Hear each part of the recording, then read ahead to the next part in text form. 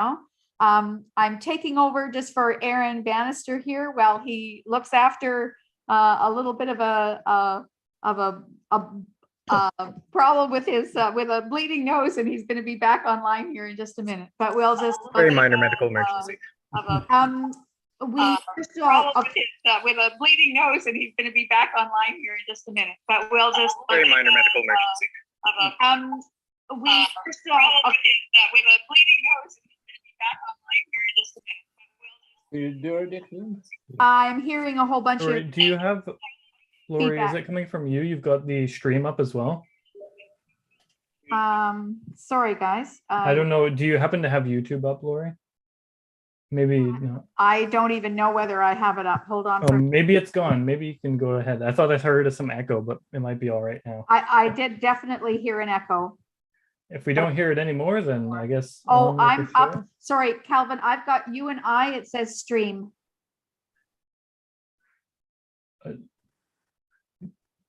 Is there picture YouTube with the two up? of us with it? It says stream. Yeah, I think you guys are good. You guys are good to go.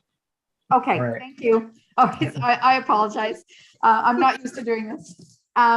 So the first thing, of course, that we would like to do is to acknowledge that the DAO and the Plaska Telescope and the Hertzberg Astronomy and Astrophysics is on the traditional territories of the Coast Salish and Lekwungen speaking people who are custodians of this land and these waters.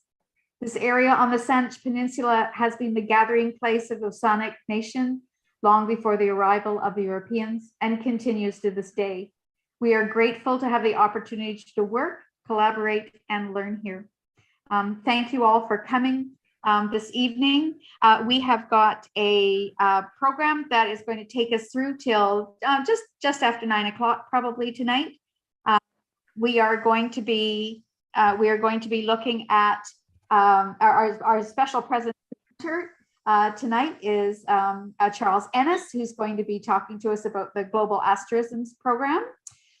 Then we have Chris Gaynor, who is right up to date, as much as almost any of us are, on what's happening with the James Webb Space Telescope, and he's going to just give us a little bit of an update of what's going on with that, because the last time we met was on a day that it was supposed to have gone up but didn't quite get there, and then launched on Christmas Day.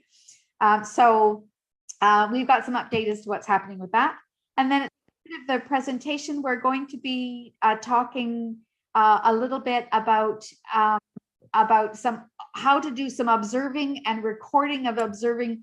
We've done quite a lot of work lately on astrophotography and how astrophotography can be used in order to record and to observe the sky. But we want to do a little bit more of that. So in fact, actually at the end, we're going to be discussing that a little bit and maybe bringing in, we'd love to have your participation in that discussion as to what you do in terms of your observations and recording of your observations. It can be kind of, could be so many different things that we can do, and we'd like to work on that. I think that I will just let people know that our next star party just after this one is going to be with Bob McDonald, and it will be on February the 19th. So put that in your calendar. He's going to be talking a little bit about the intersection between art and science. Bob is on the call tonight, and maybe he might want to answer any questions that you have for you. But I think I'm going to just start off right now. If I can turn it over to Don Moffat, who is going to do a little bit of some work on what's up in the sky. Take it away, Don. Okay, hi everybody, and I'd just like to say thanks to Lori for stepping in at the last minute and doing that. Did a great job. And so I'm talking to a bunch of seasoned observers here for the most part. So there's I feel a little bit funny talking to you about all of this because you probably know a lot more than I do. But nevertheless, I'd just like to talk a little bit about what's happening in the sky. And so first off, the thing to note is that sunset is just before 5 o'clock now. It's 4:58 here in Victoria now, and it's changing by almost 2 minutes a day now. So we're rapidly losing the light, or pardon me, rapidly increasing in light at the end of the day. But we're losing the evening sky very rapidly. So the stars that you might have seen over towards the western part of the sky, which are the summer stars, such as Vega and so on, and even Deneb, you can see part of the summer triangle there.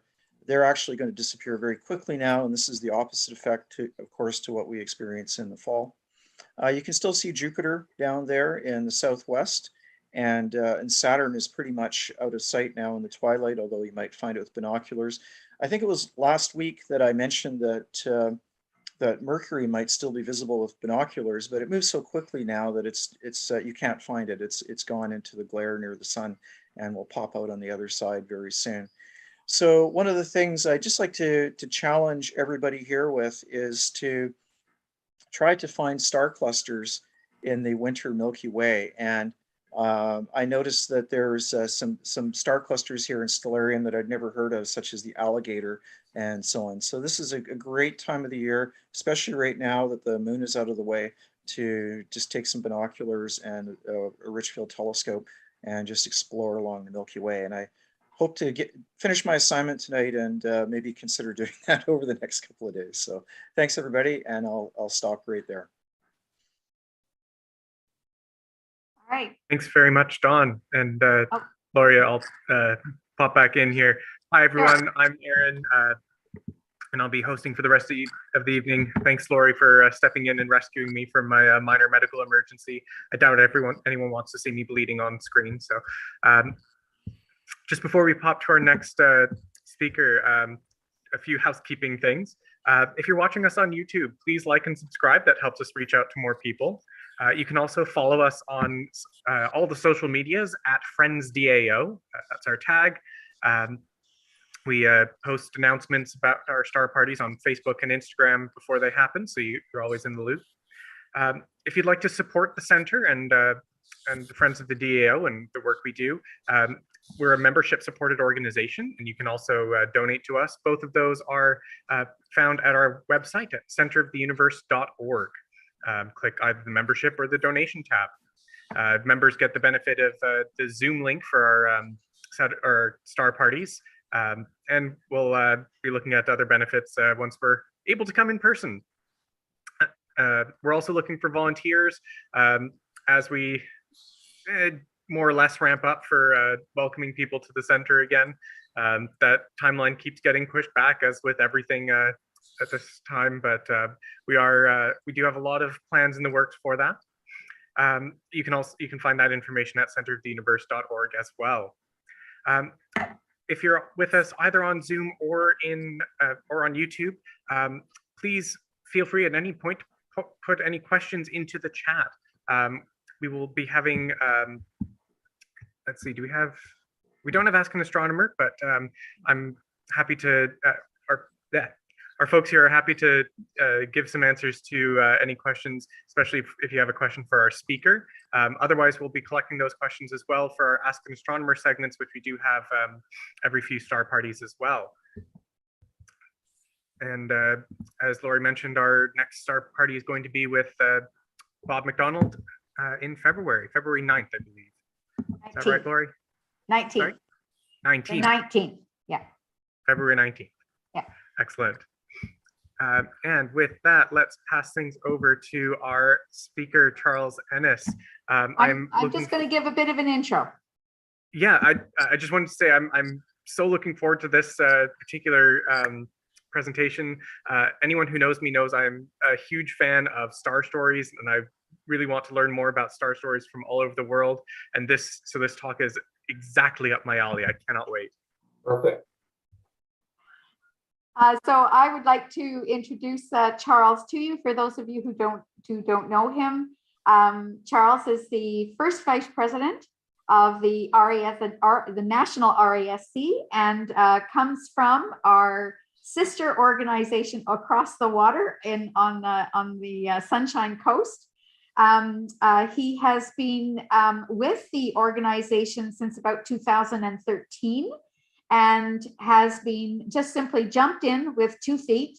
As soon as he started, he's has a background in law enforcement, so just be careful with what you do so that if he doesn't get, well, whatever. Anyway, he's been doing an awful lot of work both at the center level, and then he also became a national secretary for the RASC back in 2016.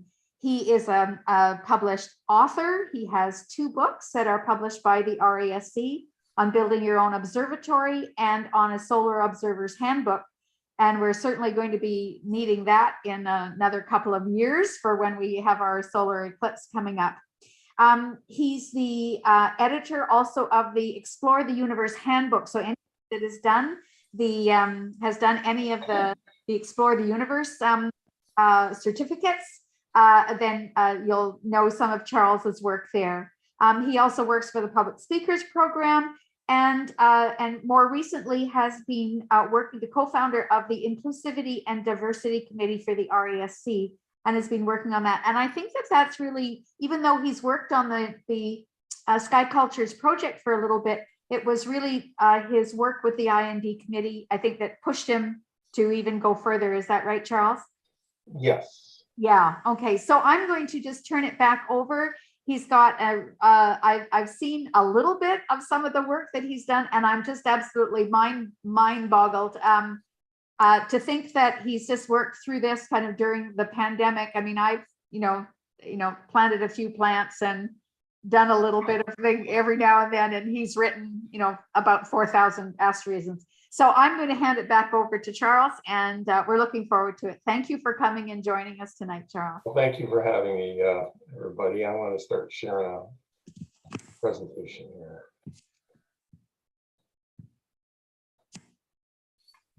Okay. So I want to talk tonight about sky cultures of the world, and I am coming to you from the unceded lands of the Seashell nation of the Constellations, so Imash. They have been the stewards of this land for countless years. And I'm also going to give you a welcome from the Inclusivity and Diversity Committee, from whatever culture you may come from.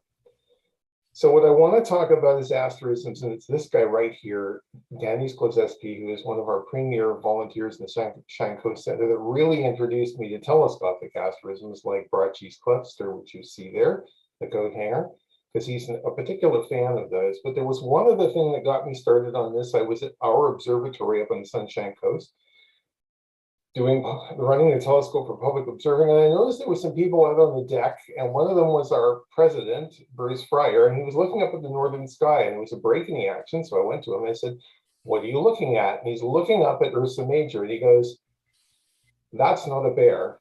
And, well, what is it then? He goes, "It's a rat." Really? And he goes, "No, look at it. It looks like a rat." And ever since that day, most of our members have referred to it by that name, actually. And part of the reason for this is proper motion and precession, which cause all of the objects in the sky to change shape and move. This is what Ursa Major looked like thousands of years ago, and then going thousands of years into the future, what it will look like. So this is one of the issues that you deal with. If you want to see what your ancestors saw in the sky, it's going to be a challenge depending on how far back you want to go, because the stars aren't there anymore. So this basically got me pointed in the direction of asterisms. Back in 2017, I started teaching classes on this, and a little more recently, we decided one of the things that we should be doing if we're really serious about inclusivity is creating a list of world asterisms. So how many different cultures have we looked at so far? We started this in June of last year. So far, 385. And how many asterisms? And before I go any further, I'm going to just quickly ask, does anybody recognize that asterism in front of you? If you don't worry about it. I'm going to come back to it, because this is a major one. But anyway, 4,820 so far. And that includes 260 names of the Milky Way. And the reaction I got from some people earlier on was basically summed up like this. I mean, they were saying, wow, do you realize this is a cultural project? Yes, it's precisely what it is. It's not an observing project per se. It's not like you can view all 4,820 of them and get a certificate. That's not the idea. But we do encourage you to look at these objects. I mean, they're up there. They're mostly large-scale asterisms you can view with the unaided eye. And one of the questions I got from one of these people with this expression on his face was, how can you say you've observed them all? And here's the deal. I can show you something in the sky, which is a plow, wagon, wain, carriage, cart, chariots, wheels, bears being chased by hunters or animal predators, elk, camels, bison, bulls, lizards, caribou, herons, coyotes, wolves, four legs of bulls, loons, oxen, otters, broody hens with chicks, crustaceans, rabbit, nets, salmon, weir, backsides of snakes, big-headed men, revolving men, men shot for stealing snares, thieves, lost hunters, shepherds, oxards, birth women, blue women, brothers, sisters, girls, boys, gods, godmothers, grandfathers, spirits, Buddhas, sages, boats, rowboats, canoes, rudders, canes, buckets, dippers, ladles, saucepans, butchers, cleavers, cactus hooks, cradles, bows and arrows, fishers, shields, and a rat, and they're all the same 7 stars. Those ones. This is all about different cultures looking at the sky. It's about people from different cultural, educational, and social backgrounds doing exactly the same thing that you are, but seeing something entirely different. And it's something, this is a relatively new topic within the astronomical community. You see this book here is gone through 9 editions. It's handed out to people who are studying to be astronomers and astrophysicists, and there's only 2 pages out of hundreds in there that say anything about any other views of the sky. And part of it has to do with this, terra nullis, which means lands belonging to no one. It's colonialism. It's people going to other parts of the world and discovering that the people there believe that their creator created this for them, and they don't really own it. They're just stewards here. And these people go, well, if you're not the owners, we're going to be, and there's the door, you know. And there's some horrific stories, and I'm not going to go into them all. If you haven't read the document that was created for reconciliation for First Nations residential schools, 535 pages, I guarantee that you should read it. It'll show you the kind of stuff that we have to deal with trying to get information and build trust with these people. But basically, let me summarize it like this. There are 7,000 world languages. And in your children's lifetime, half will probably disappear. And this is important because cultures are the foundations of knowledge. And you'll go, well, all right, thank you. And then the language is still thank you, isn't it? What's the big difference? It's because key concepts and ways of seeing the world will disappear with those languages. And it relates to the difficulty in translating words accurately into other languages. This is my favorite example. This word, Venewa, which is from the Maori iwi. And it means land, country, ground, train, and placenta. Let that sink in for a second. The land that gave me birth, the land that nourishes me. And if we look at the Maori people, they use the night sky in a manner similar to the neighboring Polynesian cultures in Oceania, because they were serious navigators. They were navigating thousands of miles of open ocean when my ancestors were afraid to leave the coastline because they thought the world was flat. It's a little bit different from the others, so it's worth looking at. So here's a view of their sky. This is Orion. But the 3 stars in the belt are the glittering waters going off the back of Tainui's boat, and that there is the Hyades cluster. That triangle, that's the sail. And the foam at the front of the boat is the Pleiades. And every single thing that you see on the screen, which has got its proper Maori name, has to do with navigation. Very serious stuff. This is the standard southern sky that we got in 1922 from the IAU. More on this later. This is the Maori view of that same sky. But great Bodhidharma Roreti was a great warrior.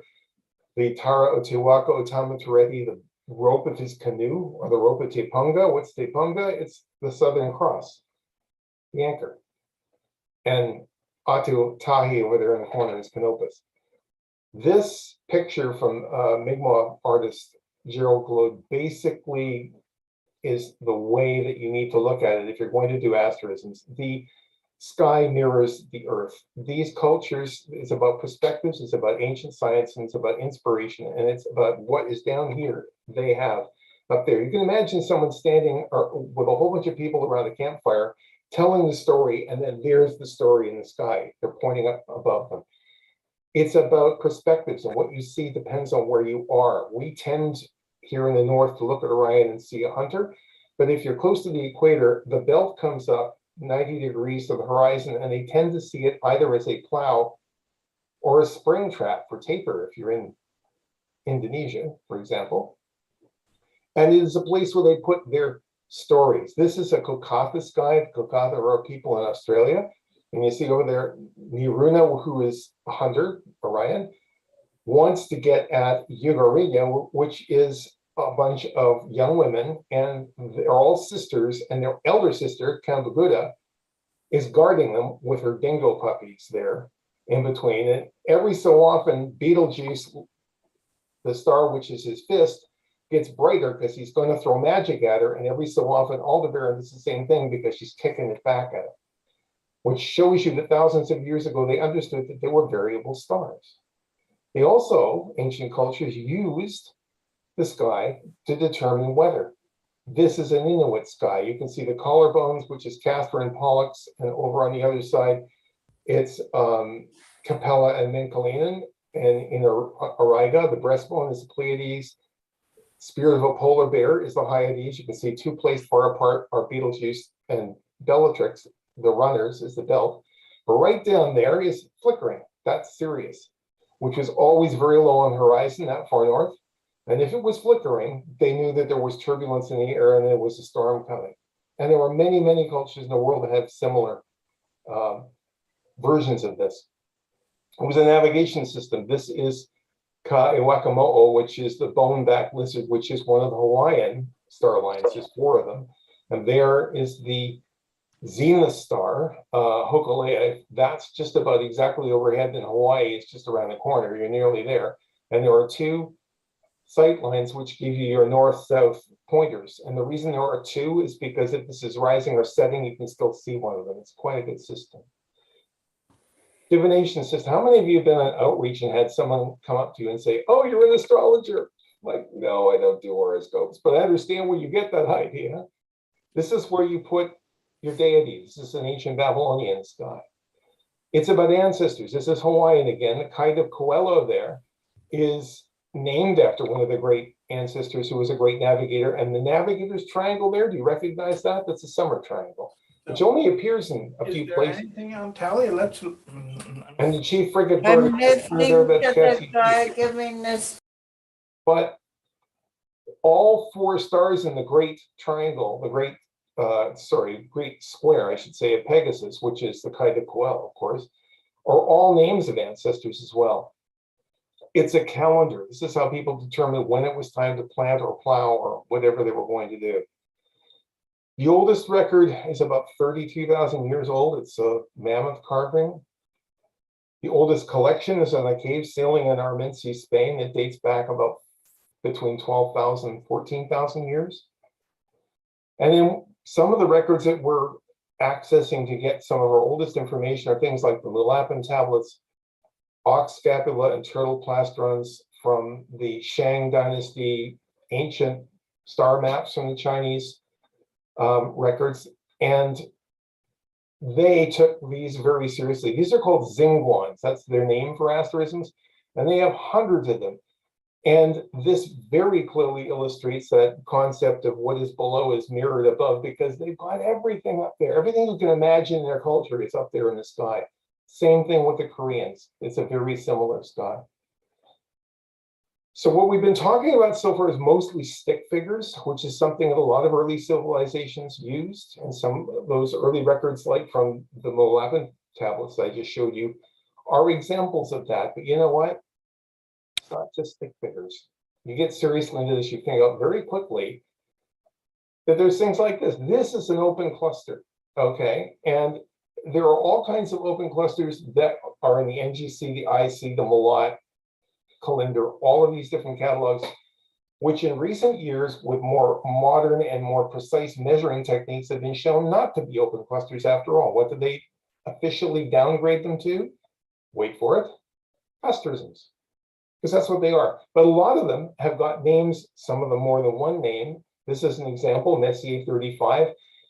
Part of the reason it's called a shoe buckle is it's just above the left foot of Castor, one of the twins in Gemini. But also look at it, there's a square and there's a tongue sticking out, kind of looks like a shoe buckle. This is Copeland's golden worm, NGC 2301, which was discovered by William Herschel. It was named for Ralph Copeland up there in the corner. And then later became known as the Great Bird Cluster. And then this guy showed up. Anybody know who this is? This is Hagrid. This is J.K. Rowling. And some astronomers who are fans of this particular author have now named it Hagrid's Dragon, which I think is an excellent name for this, don't you? This, NGC 7380, it was discovered by Caroline Herschel, but is now called the Goldman Snitch. Same people. So this is also very definitely about stories. Some of these cultures don't have stick figures. What they have is they have stars that are characters, and as a group, it's an asterism. So for example, this is an African story, which shows up in multiple African cultures. There's Aldebaran in the Hyades. That is a hunter, and sometimes a sky god. And over here is his wives who are saying, you need to go out and get some meat, because that's what you do. And over here, the three belts of the three stars of the belt of Orion are three zebras. So he lines up, he takes a shot, and the arrow falls short. It's the belt, is the zebras, and the sword is the arrow lying on the ground. And he can't get the arrow. Why? Because Betelgeuse is a lion waiting in ambush. There are all kinds of stories like this where stars individually have names and pieces, but they all make a bigger pattern. Another thing that you're going to discover, if we're going to include the southern hemisphere, is dark asterisms. When we look from the northern hemisphere through the Milky Way, what we are looking at is out into intergalactic space. But if you're in the southern hemisphere, you're looking right into the middle of our galaxy and get all of these dust clouds. And this is an Inca sky, and all of their asterisms are dark. There's only two stars in the whole thing. That's Alpha and Beta Centauri there, which are the eyes of the mother llama there. Here is that one I showed you earlier. And this shows up all over Australian sky culture and also in South America, where it's called a rhea. And if you look here, there's the eye and the head, the beak, and the body goes off to the right. Now, one of the things that a lot of people think we're trying to do here is go back to identify a time when everybody saw the same sky. And that didn't ever happen, okay? In every age that there's ever been, there's been all kinds of differences of opinion. And as you've already discovered so far, people looking at the same thing and seeing something different. If we look at Ptolemy, you know, he gave us some of the constellations we see in the sky right now. He collected descriptions of 1,022 stars in this great system of astronomy, which later was translated under its Arabic title Almagest, which are in 48 constellations, but only 10 of those stars had names. All of the rest were, this is the left elbow, this is the right knee, this is above his head, that kind of thing. There weren't really names. So he gave us these, but the people who gave us the names were the Arab scientists from the 8th to 11th century. They were the ones whose names or mistranslations of their names show up in our star charts these days. And then we have this period between the 13th and the 19th century where various notable astronomers were going crazy creating new constellations. And very often this was to honor their patrons who were royalty, who they wanted money from. And they were forever changing the sky. It was, you get all these different star charts, and it would have been very difficult for anyone to record anything for someone to understand a few years later, because by that time they changed the chart again. And it was in 1922 that the IAA said, that's it, leave the sky alone, stop changing it, we're trying to record things here. And they gave us 88 standard constellations that we have to this day. So what I want to do really quickly is show you some key asterisms. These are groups of stars, and I was given a list right in the beginning by some RASC people saying these are asterisms everybody knows. And the very first thing I noticed was there was nothing in the southern hemisphere on this list. And the second thing I ran into was some of these on there. This is the only list they showed up on. So what I did basically with those 4,800 asterisms is I went through and I went, how many times did these actually appear? So in order of popularity in various different skies, Orion is at the top of the list. It appears 455 times. This is an Egyptian sky. This is Sa. And you can see the 3 stars of the belt are the jewels on an Egyptian crown. And then his body goes down, involves other constellations down below. You see, there's the Hyades up in the corner. It's the jaw. There's Orion. The Big Dipper appears in 294 asterisms all over the world.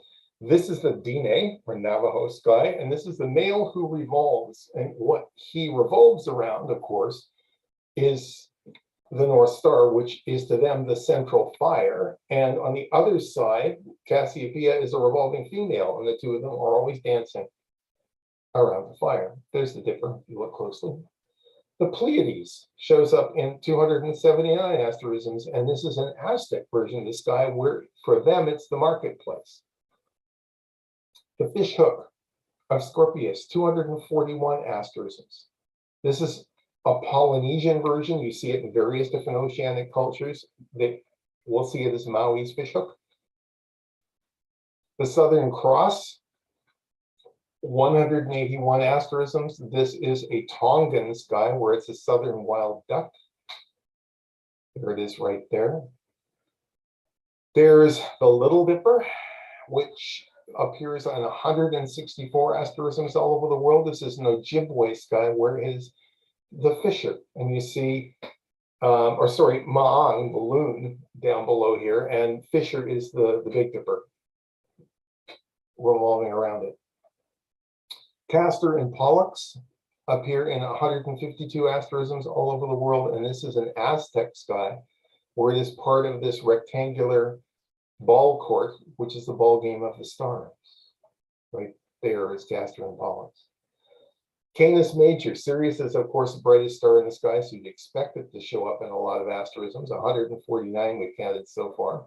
This is a Burong sky, which is from Australia, where it has become the Jackie lizard and the wedge-tailed eagle. Right there. The Sickle of Leo shows up in 135 asterisms all over the world. It's a very popular source of stars for asterisms. This is a Sardinian sky. A lot of European nations recently, we've had ethno-astronomers going out and talking to people in remote places where they find that the skies that they used were not skies that were invented by some Greek named Ptolemy. They have their own name for stuff. So we have examples from Romania and Ligurian Alps and all over the place. This is the W of Cassiopeia. 132 of those, versions of that you'll find all over the sky, and this is a Romanian sky where it's God's chair, right there. Auriga appears in 130 asterisms all over the world. This is an ancient Norse sky. Now we don't know very much about the ancient Norse, unfortunately, for some reason, even though they had a lot of epic tales that have descended to us through various forms. There isn't very much said about astronomy in them, which is surprising because we know they were good navigators. At any rate, this is one that we do know. It's the Asar battlefield, which is where Ragnarok is supposed to take place. You see Wolf's Mouth down there is the Hyades, and the 3 stars of Orion's belt are the fishermen. The Teapot of Sagittarius is another 127 asterisms. This is a Tucano sky, which is from northern South America, where it is a snake that's very well known to them called fer de lance. There's the Teapot. The Northern Cross shows up in 125. This is a Lakota, Dakota, or Nakota star, and in their sky, it is a salamander. Right there. The Hyades, which I'm sure you're all familiar with. You can see it next to the Pleiades in this screen right here. This shows up in 121 different sky cultures. And this is a Mayan, ancient Mayan sky, or actually a more modern Quiche sky as well. And you can see it's become part of their asterism owl. The pointers, Alpha and Beta Centauri, show up in 119 asterisms, and this is a Korean sky where it's become General of Mobile Troops, right there. The Hyades, 116 examples out there. This is a Burong sky again, where you see it's become a meat ant. And one of the reasons they're choosing animals here is because they know at this time of year, this particular animal becomes something that you can eat. So they know when this particular asterism appears, it's a signal it's time to look for these things. This, Aquila, is in 101 asterisms in the sky. I chose Burong again in this case, because in this case, it's not an eagle, it's a purple-crowned lorikeet. Carina, which is part of what used to be this asterism you see in front of you, appears in 90 different asterisms. Ptolemy, one of his original asterisms was the ship Argo, and it was a later astronomer named Lacaille who looked at that and went, it's too big, it's too many stars, and they took it apart into 3 pieces, Vela, Carina, and Puppis. The Great Square of Pegasus shows up in 84 asterisms all over the world. In this case, we're showing you an Ojibwe sky where it is moose, the moose. The Keystone of Hercules, 76 different sky cultures you'll find that in, and this is an ancient Babylonian skull from those Neolapin tablets that I showed you a little while ago, where it has become the dog. And Lyra, which is part of that summer triangle. Remember I told you that summer triangle was on that list of things. They said, oh, the whole world has got it. Only shows up in 3 places actually as a triangle. And I've shown you one of them already, which is the Navigator's Triangle in Hawaii. This is the other one. This is a Mongolian sky. But the stars do show up in 70 different asterisms, although not paired with in this fashion. And for them, this is the 3 steps, which is the summer triangle part, and it's the bow and arrow, which is the Northern Cross, which you saw a moment ago. It's the constellation Cygnus. Corona Borealis is very, very common thing that you find in First Nations skies in North America, but elsewhere as well. This is an Ojibwe sky where it's the Sweat Lodge. The Coal-Sack Nebula shows up in all kinds of southern skies. That's the Emu again, but you see some of their other asterisms in around it. Right there is where the Coal-Sack is. The Magellanic Clouds are something that are very popular in southern skies. And this is a Burong sky where the 2 galaxies are male and female Broga. Broga is a waterfowl down there, right there. Canis Minor, Procyon, is a very bright star in the sky, so you'd expect it to show up in various sky cultures. And this is a Chinese sky where it has become South River. And Corona Australis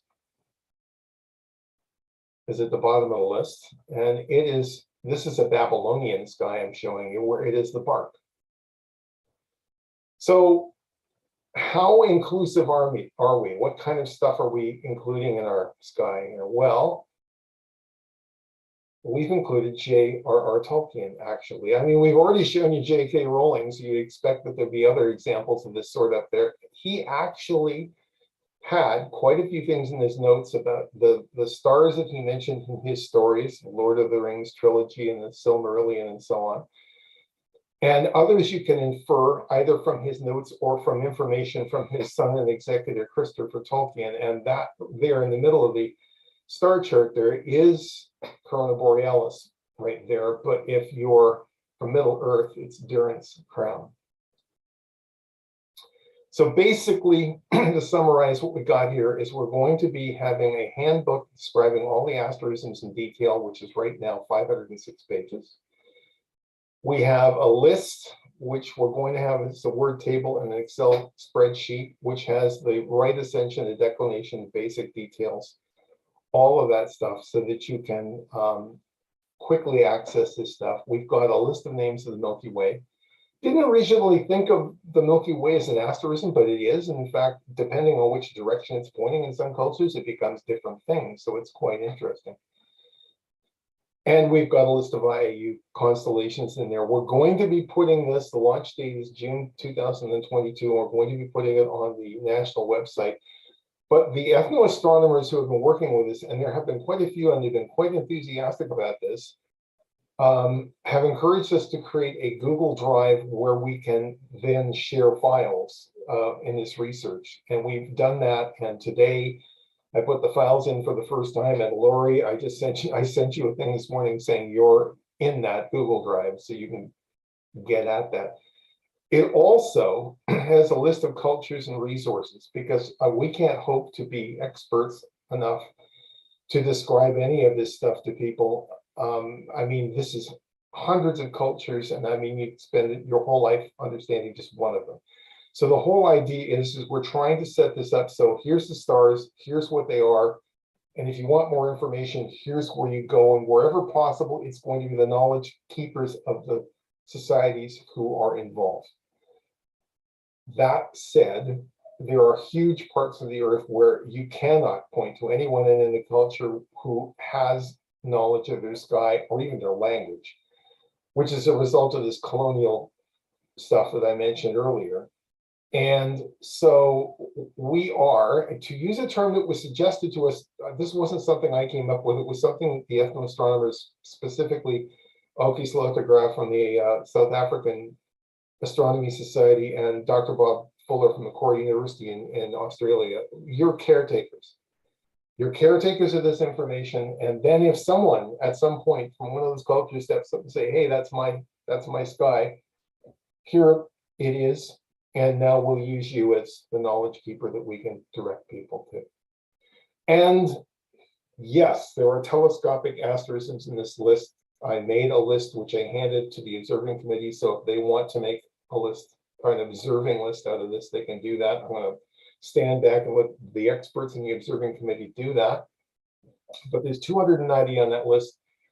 And if you'd really like to see it, give me a shout. I'd be happy to share it with you. If you're one of those people who is really enthusiastic about asterisms. And I'll finish by saying I got an email the other day from one of our members, Roland Deshane, who said, you know, I was at Mount Kobo in 2006 and I saw this thing and I said, that looks like a flying saucer, and would you like that? Yes. If you've got an asterism you're sitting on that you discovered when you were doing your observing, give it to me. I want to put it on the list. We want everybody's view of the sky in there. Everybody. 290 are on that list. So if you have any questions, you can get a hold of me at info@coastastronomy.ca. And I will stop sharing there. And if you've got questions, I'd be happy to try and answer them.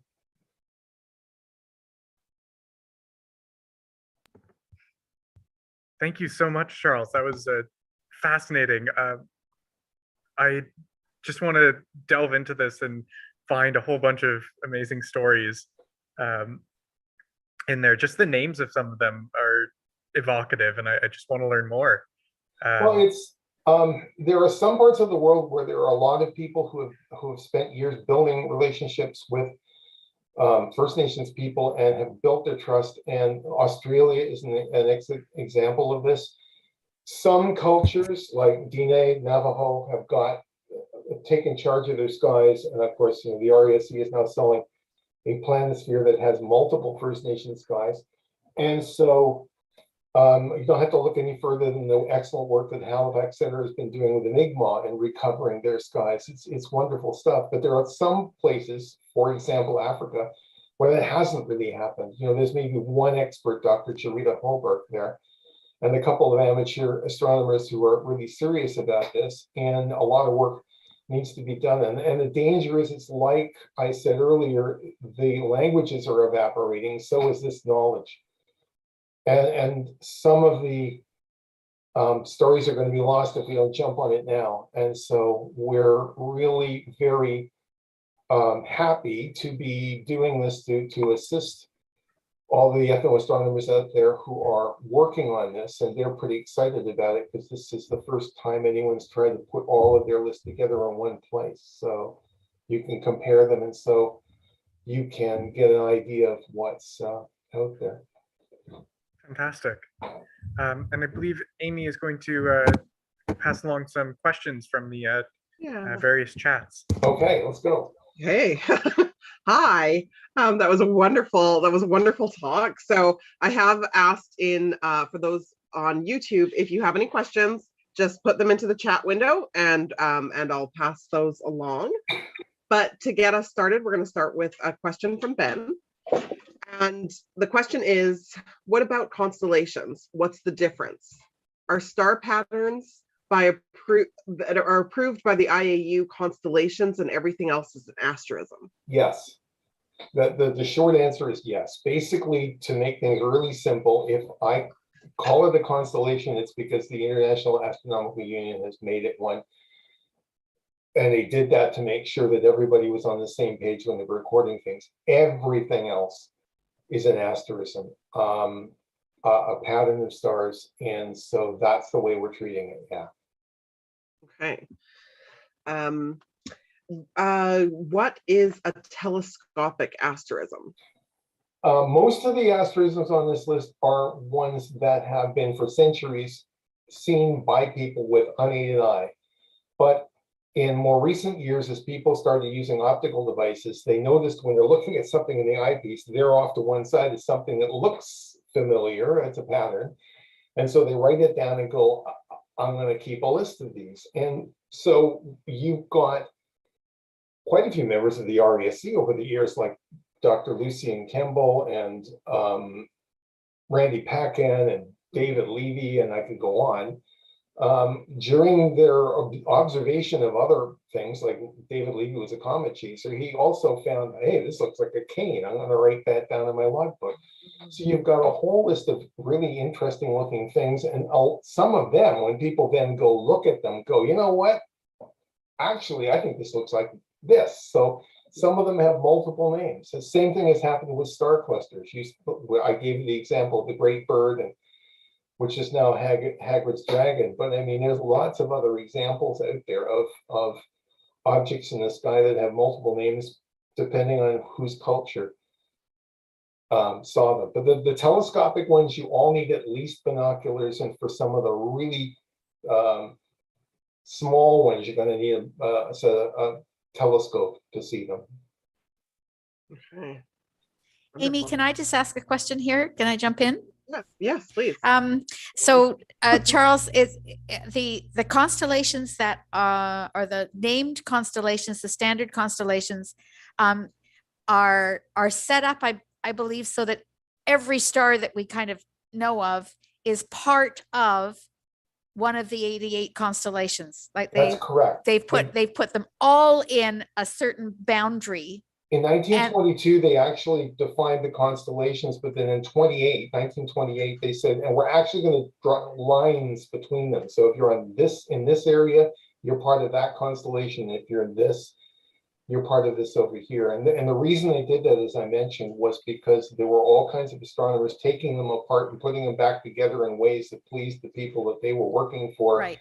And it was just, no two charts would agree with each other, and it was just crazy. You couldn't go on like that. And the other thing is the IAU also didn't do any of those lines and like stick figures. Like they don't have those, right? No, if you just have the stars, and that's it. Some star charts that you look at have got versions of stick figures in there, and if you want to look at the kind of stick figures that Ptolemy used, for example, when he was imagining his constellations, you can find a lot of these sky cultures on Stellarium. If you haven't got it, it's a pretty download. And they have multiple cultural skies that have been created by various different teams, some of whom we've been working with. But you will also, find others, many others within this list that we're putting together. And whenever possible, what I'm doing is I'm describing all of the stars and how they were described in whatever journals or logbooks they appeared in. Some of the oldest ones, you have difficulties with the stories. You can tell that it was in a certain constellation, but that's about all you can tell. There's not a lot of those, but there's some. And if you look at the hundreds of research papers that we've been going through, there were all kinds of cultures that had an asterism, had a name, was identified with a particular deity or person or animal, and we don't know where it is in the sky yet. Oh, okay. So this is a living project, and it will continue to grow as more research and more discoveries are made. And we're actually involved in 2 online conversations right now involving researchers who are working on various things. This morning I was talking with somebody who was looking at the alignment of pyramids in the Gaza Plateau, and he was trying to figure out, well, how far back were they looking at Sirius? And we're saying, well, we know we had an asterism back in the, in the Middle Kingdom, and this is what the name was, and we're all sort of chatting about stuff. So this is the kind of stuff that we're trying to put together. It started with archaeoastronomy, which is figuring out how structures on the ground are aligned with stars in the sky, which is pretty easy to do. It's harder to prove that that alignment was actually something that people who built it meant it to be pointed out. But there are ways of figuring out how probable that is. But the trouble with those is it tells you they were interested in a particular object, but it doesn't tell you anything else. It doesn't tell you what they called it or what the story was. Oh, thanks. Another question for you. For the telescopic asterisms, how do you anticipate dealing with the 2 different presentations of them? I'm not really sure what they mean by 2 different presentations. I mean, Yeah. the telescopic list, these are things that people have found and named, and so they need to be on the World Culture list because somebody from Canada or France or wherever it was discovered it and recorded it. But it's kind of a subset. It's a special class of asterisms because, as I said, most of them are objects that people have seen with a naked eye. And Brocchi's cluster, for example, which was that coat hanger one I showed you right at the very beginning of the presentation, I always thought that was a telescopic asterism. And you know who recorded it first? Al-Sufi, the famous Persian astronomer who translated the Almagest into the Book of Fixed Stars in the 10th century with a naked eye. He didn't have a telescope. I mean, the Beehive cluster, Messier 44, that I've always thought was a telescopic asterism, it shows up in ancient Chinese star charts. They have an asterism called the Tomb, and this is a pile of corpses in the middle of it.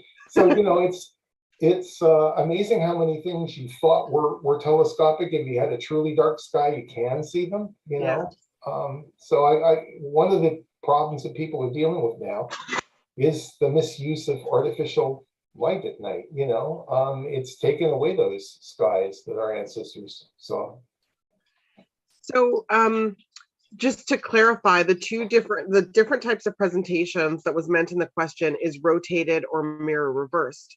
For example, within, I think, NGC 2169, there's the 37 cluster, right? It only, and the clarification is that it only looks that way in one type of scope, not in both.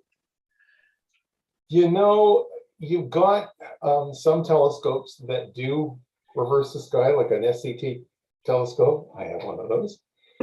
And so I have a lunar atlas where everything is reversed because it's just easier to use than trying to turn it around in your head. So yeah, I get that.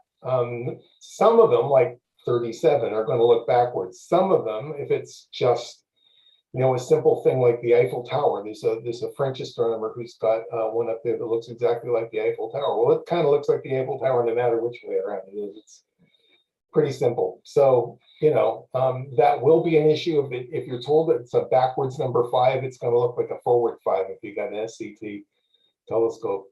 That's just one of the things you deal with. Constantly doing it in your mind. There you go.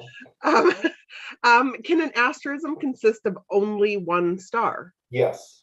I didn't think so at first, but if you look at it as all of these are part of stories, okay? And it's a character in the story, and it's linked to this star and that cluster and this thing here. And when you put them all together, I showed you 2 examples in the presentation, it becomes in itself one big asterism. But yes, there are some cultures, notably in the southern hemisphere, in places like Africa, where they only use single stars. That's just the way they view the sky. There is even one culture there, and I can't remember the name just now, but they don't have any because those are the eyes of the ancestors looking at us, and you don't talk about the dead. So, you know, there are some groups like the Yorubans in Africa who have very complex cosmological structures with the sun and the moon and the planets, and those are, you know, it's just different ways of looking at the sky and describing the world and making sense of the world, you know, with what's around you. I've got a question here in chat here, actually. It says, if you were asked to categorize cultural asterisms based on use or purpose to a culture, first, would you consider that approach? And second, how many types would you say there are, such as navigation focused, so on and forth? I haven't made an effort to try and figure out how many go in the calendar category or the, you know, navigation or whatever. You know that certain cultures, like the cultures in Oceania, use them more for navigation than some cultures, but they all have, you know, ways of using them in navigation. They show up in the most interesting places. Like one of the asterisms is related to a song that was taught to slaves in America, and it's called Follow the Dipper, and it was to help them figure out how to go north and get out of America and go to Canada to free themselves from slavery. So we haven't listed them according to culture. We list them alphabetically according to subject. So you can find all of the wolves and all the eagles and all the carts all together from all the different cultures, because I think that's more useful to show you how these cross cultures and how these themes appear in different cultures. All of the cultures are named. But one of the problems that you run into is within a given culture, like, for example, you're looking at Quiche in the northern Andes. This group here has this asterism with this name related to this animal, and it's right there. And you go 30 miles down the road, same people, same language, same name for the asterism, and it's over there. And with oral cultures, you find that, or it's the same stars, but they have like 8 different names for it. It depends on which part of the region you're in. You're looking at it from, oh, that's very cool. Okay, another question. Are telescopic asterisms visible in the radio? Oh, are there telescopic asterisms that are only visible in radio? Or are they? Yeah. I don't know the answer to that question. I haven't tried to figure that. I'm having enough trouble listing stars as you can see with a radio telescope, probably, because a lot of the asterisms that I list are related to star clusters within like nebula that do have radio signatures. So I imagine there must be, but I haven't specifically looked into that. So. Those ones. All right. I was just going to say, you just saw Charles's head go, no. I have to add another tab to the spreadsheet. to explore another. I have not listed the sun, the moon, or the planets. And yes, you find those in those cultures, and yes, they have stories too, and yes, they have names, but this is asterisms I'm working on. Sometime in the future, I'm probably going to take that one on because I have the resources. You know, I have lists, but it's just stars for now. You know, it's just a bit too much. If there are any other questions, if you can put them into either of the chats. And if not, one question I often get asked, and I don't know whether somebody's going to, but I'll throw it out there, is what's your favorite? And I have to say, it's from the Maasai in Africa.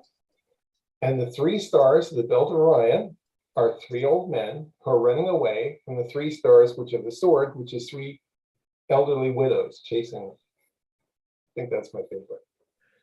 But there's all kinds of great asterisms out there. There's in the Chinese sky. When I told you they have absolutely everything up there, one of their asterisms in the Chinese Ingwans is toilet, and next to it is grandfather, father, or sorry, son, and grandson, and a star called excrement, which is not in the toilet. I think it's a story about toilet training, but you know, there are all kinds of interesting stories up there from different skies, and I'm a retired police detective, and this is chasing down leads and clues and stuff, so it's a lot of fun. So can I ask, and this is my own question that I tend to ask people, because often on the playback, we have a lot of youngsters that watch on YouTube and stuff like that.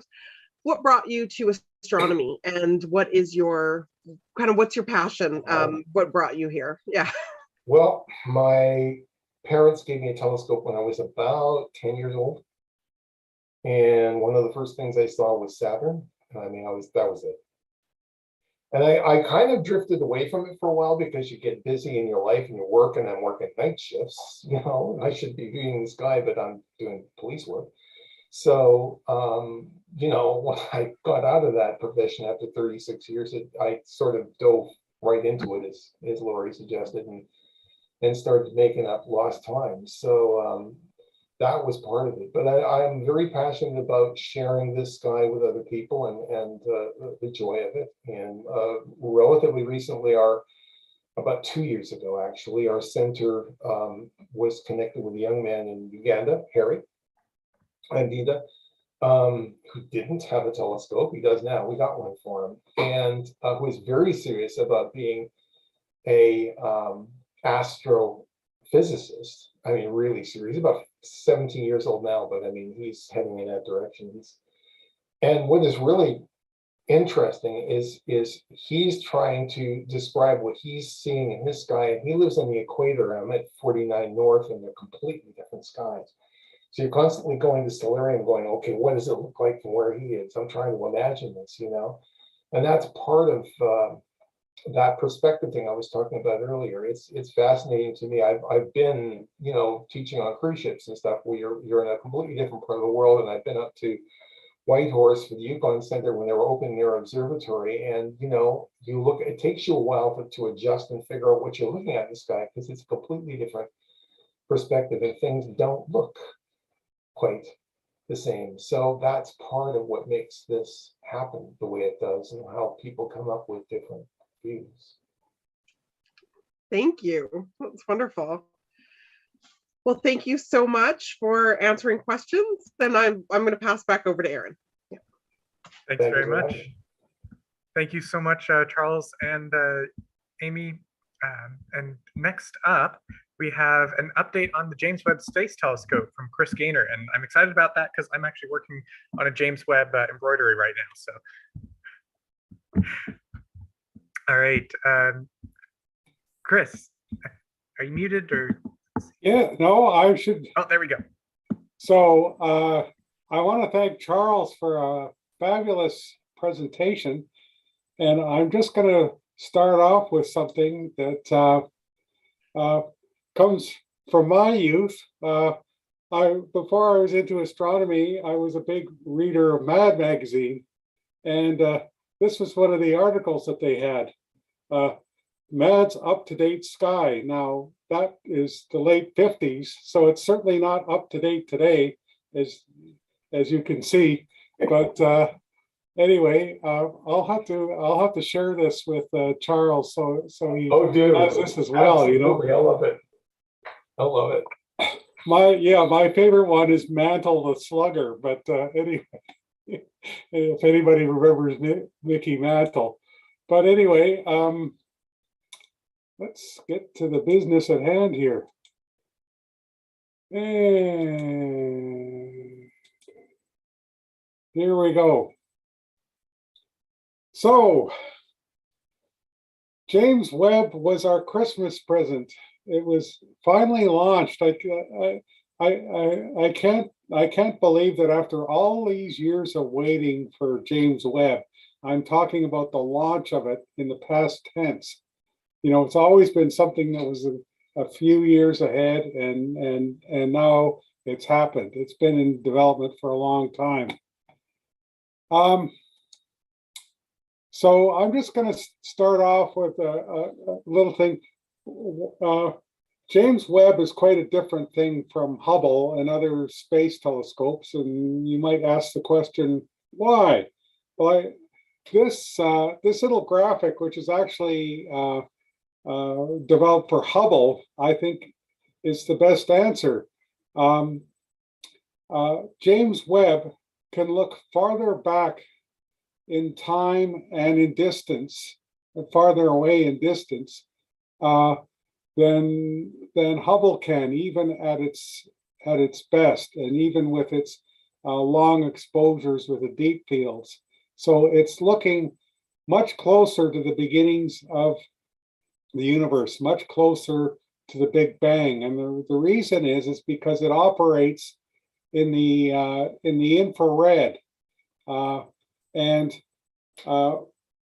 objects, most distant objects in the universe are moving away from us, and their light shifts into the red and infrared part of the spectrum. And because that becomes more pronounced as you get farther away from us, that's why you need something like James Webb. Hubble looks in optical wavelengths, a little bit of the ultraviolet, and also a little bit of the infrared, but James Webb is developed to be a pure infrared instrument. So just a couple of things, the comparison with Hubble. First of all, in the bottom right, you can see that the size of the mirror surface on JWST versus Hubble. And Hubble, of course, is about as big as a school bus. So you can imagine how big JWST is. And you can probably see there's a couple of people standing next to the mirror here. And you can see somebody up in the viewing room. That's yours truly. About 5 years ago when they were assembling Hubble at the Goddard Space Center. I was really lucky. I got to visit there a number of times, and every time I would sneak over to Building 29, this gigantic building where they have a clean room, and they're putting Webb together. So anyway, there's been a lot of things happen since in the past 5 years. The telescope itself was put together at the Goddard Space Flight Center near Washington, D.C., and then it was moved to California, where it was put together with the spacecraft bus, as they call it, and it was also tested in a gigantic vacuum chamber in Houston, Texas. And then finally, last fall, it was put onto a ship in California, went through the Panama Canal, and then was taken to Kourou in French Guiana, which is right on the equator. And there, the European Space Agency mounted JWST on top of an Ariane 5 rocket, which is one of the most powerful rockets going today.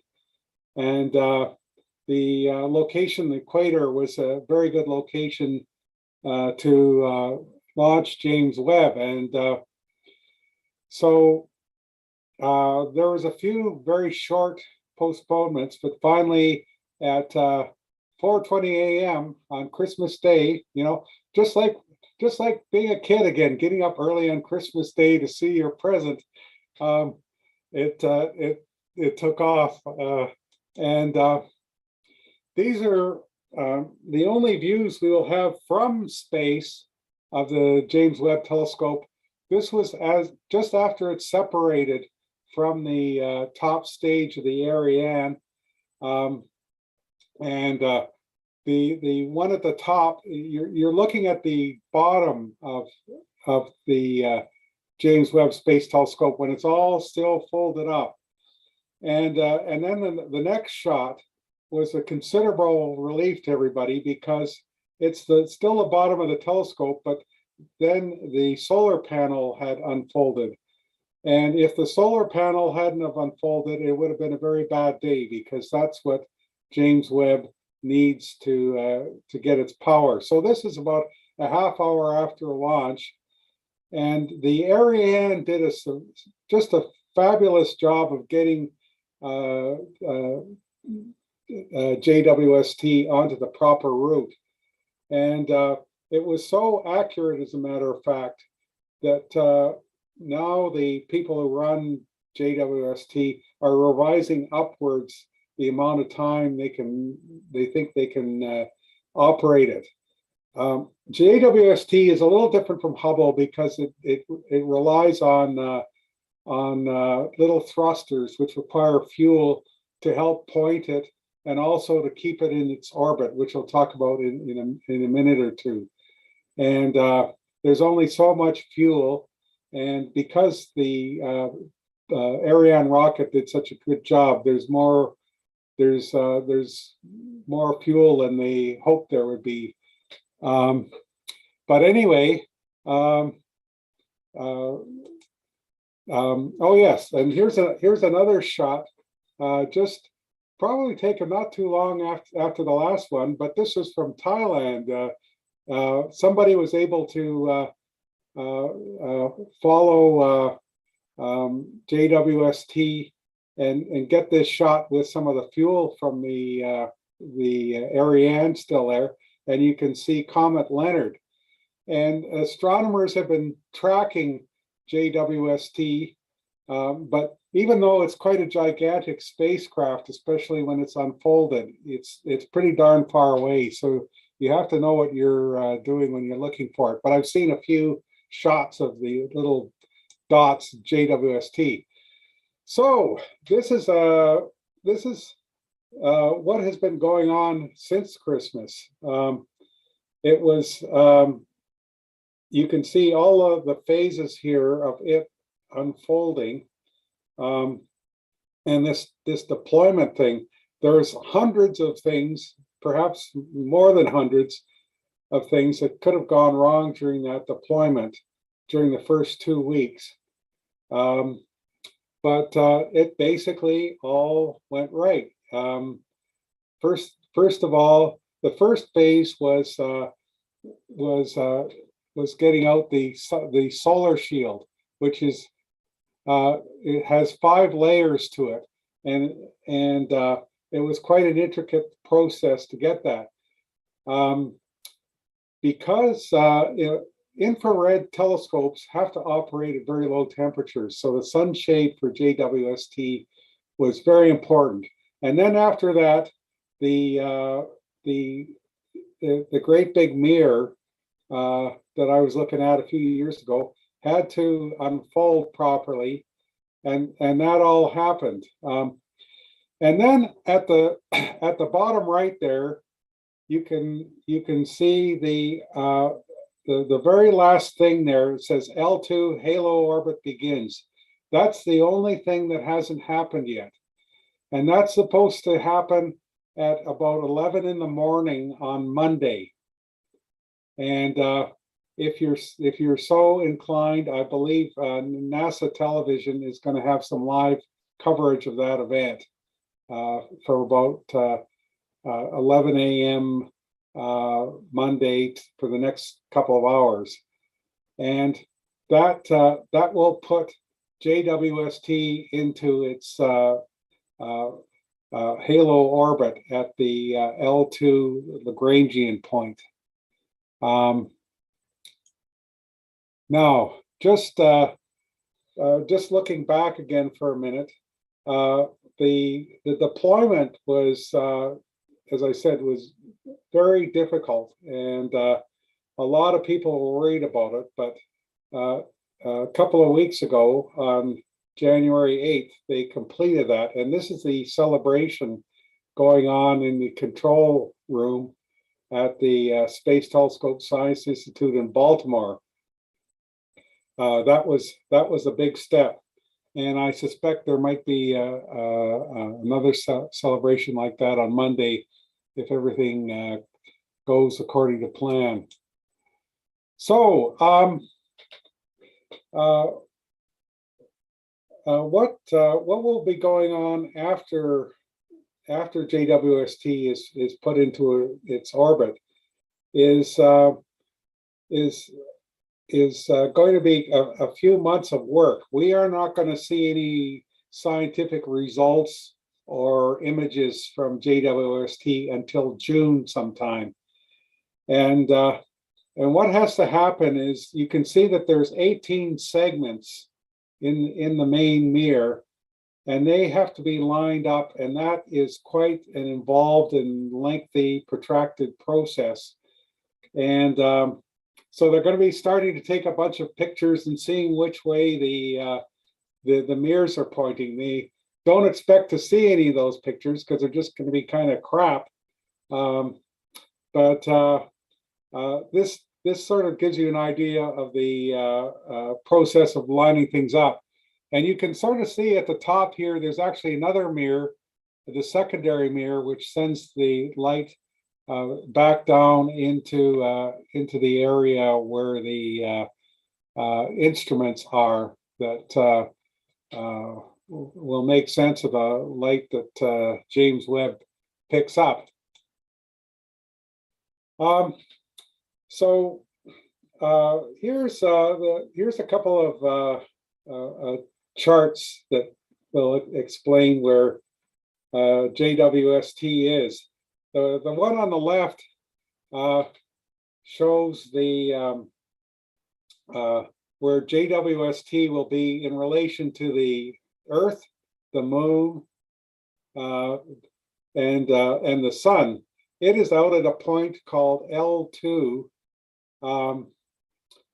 which is a point where the gravity from basically the Sun and the Earth are kind of in balance, and you see those other points, L2, L3, etc., etc. Those are other points where the gravity is kind of in balance, and in a lot of those places you could just park a spacecraft there. You can't really do that at L2 because the moon is moving around and it kind of perturbs things a little bit. So another thing they want is they never want a situation where the Earth or the moon, for that matter, get between James Webb and the Sun, because that solar panel has to be always facing the Sun. And I'll get to that other chart in a minute. Now, the orbit that JWST is going to be in, it's actually quite a large orbit. In fact, it's actually roughly as big as the moon's orbit around the Earth. So it actually takes a fair bit of time for each orbit around L2. Now, on the right, you can see the other chart, which shows the hot side and the cold side. The telescope is itself is on the cold side. It's very, very cold, and in fact, some of the equipment, that's not even cold enough, that they actually have additional coolers built in. You need those really low temperatures because otherwise the heat that we would have at room temperature would interfere with the infrared light that James Webb is wanting to get. And this also this chart also shows where some of the other equipment is. You can see, like the solar panel and the equipment module and things like that. Most of the instruments are right behind the telescope there, as you can see. So Canada has some skin in the game here too. We have there's 4 main instruments on James Webb, and there you can see them on the little thing at the right. But the one that was developed here in Canada, and some of our friends at the DAO were involved in that, built this one called NIRIS, and I think this slide kind of explains what this instrument will do. The other part of Canada's contribution to James Webb is the fine guidance sensor, and it helps.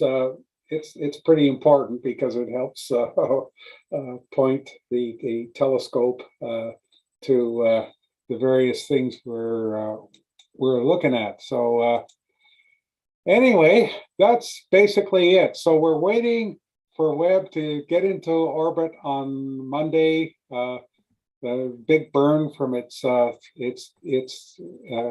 of its thrusters, and then there's going to be a lot of fine tuning done. And in June, hopefully, we will be starting to get some amazing results. So I'll leave it there. Fantastic. Thank you, Chris.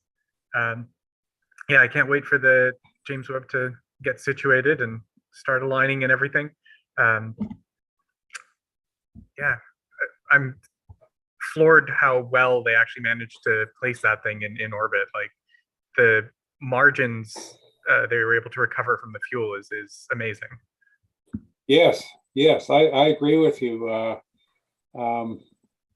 There's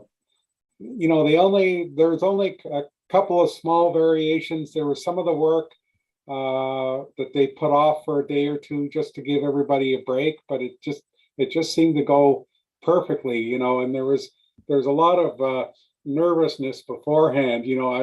There's a famous incident that happened a year or two ago where they put the whole thing together. This is in California. And then one of the things they did was to just turn it upside down to see what would happen. And there was stuff falling out of it. And that got a lot of people nervous, a few bolts and things, but there was no damage, fortunately. And, so here we are. I'm glad none of those hit the mirror. Yeah, we're almost a month into the flight, and so far you couldn't ask for better. Yeah. Now, the real question, did they remember to peel the plastic off all the mirrors before it went up? Oh, yes. Yes. Well, you remember that a couple of days after launch, there was this big joke thing that said, here's the first image from Webb, and it was a big red thing that said remove before flight, Yeah. But they were very careful about that. Mm-hmm. All right. Thank you again, Chris. And let's pop along to our final speaker for the evening. We've got a discussion on observing with David Lee and the other astrophotography folks. Yeah, well, welcome. I just wanted to say one thing, Charles. Thank you very much for that presentation. And you mentioned Brocchi's cluster, and I'll have to tell you, when I first started in astronomy in 1995, it was just observing with binoculars, and I found Brocchi's cluster, but I didn't know what it was.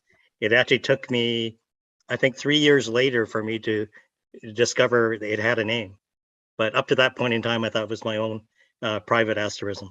So well, what you need to do is come up with your own name for it. Yeah, I guess so. And I did a very similar thing with the belt stars as well.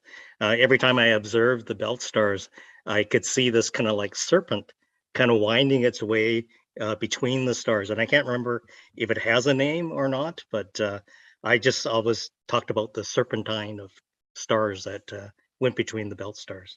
Yeah, there are people out there who are sitting on stuff like that, and I love it when you share that sort of stuff, because we we'd like to share that with everybody out there. There's some websites out there, like Steve Saber has got a site where he's listed all the different things that people have seen, and this is what I call them, you know. So don't be afraid to come up with your own names or different views of stuff, because that's what this is all about. Yeah, so thanks again. And I think that's really a good segue into what I wanted to talk about tonight. You probably know myself and Brock's on tonight, and I don't know if David's on tonight, but we've been sort of giving you all these images in the last year and doing commentary on them. But I thought that we might expand this year and do some other things as well. There'll still be those images. I'm sure we're not going to hold the photographers back, but I really want to sort of maybe offer some things that the average person could actually do easily. So we're going to try to focus on observation, both naked eye, like in terms of conjunctions that we might see, planets that we might see, and also add in things that can be done with binoculars as well. So there's lots of events like that. And in fact, I'm hoping that Bill will chime in. I think he has something that he wants to tell us tonight about the moon. In the coming star parties, there's actually a lunar occultation. I'll just describe what that is. It's really easy to find the moon for anybody, right? But there's some relatively bright stars that are going to be occulted, and occultation just means that it's obscured. So basically, the star will fall behind the moon. So it's quite amazing to watch something like that. I know the first few times I watched that, I actually just used binoculars for that. But if you have a small telescope, it's even nicer. And all these events are kind of cued to time. And that's another miracle of astronomy, is that we will see these things probably to the second at times. So things like occultations are to the second, and same with eclipses that might happen.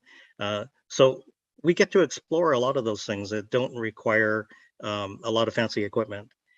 So I'm hoping to sort of provide that to the audiences this coming year as well. Bill, can you tell us about what's coming up tonight?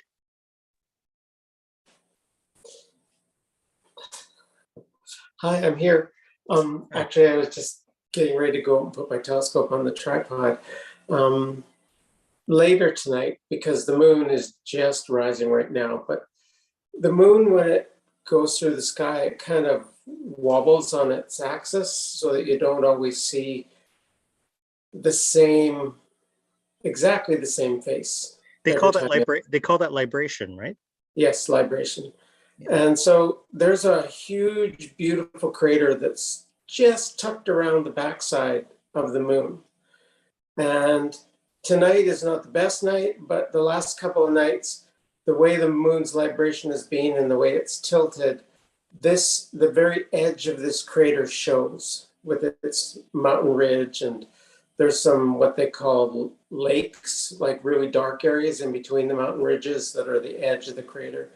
And so tonight is a very favorable time to try and glimpse past the edge into the crater of Mare Orientale, which is on, well, to us, it's on the left-hand side of the moon, which kind of is pointed towards the east, but really on the moon, it is its western edge. And so, you know, later tonight, when it's high enough to get above the trees on my property, I'm hoping to have a look at it.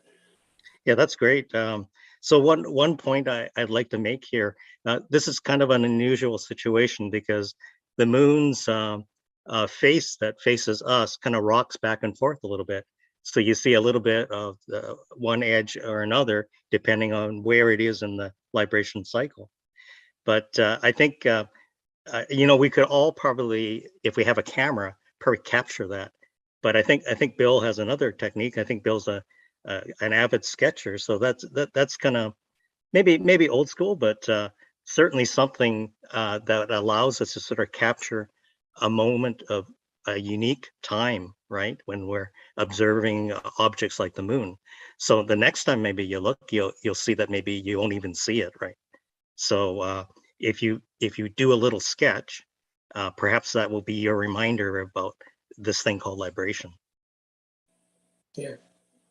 I'm also planning on going out right now, well, after the show, to do a little work actually on Charles's telescopic lists of asterisms, because I'm part of the committee that he's handed that part over to.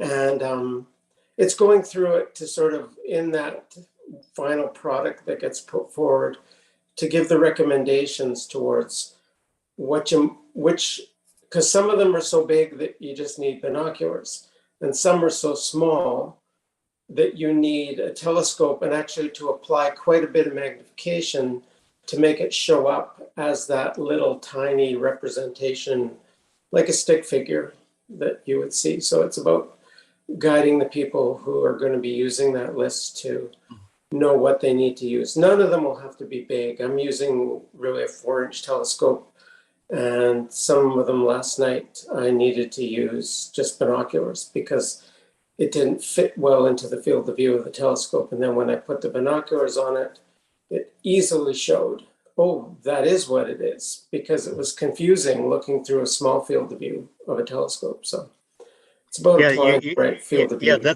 that's the one thing I think when we start in astronomy, we don't really have a good sense for this concept of field of view.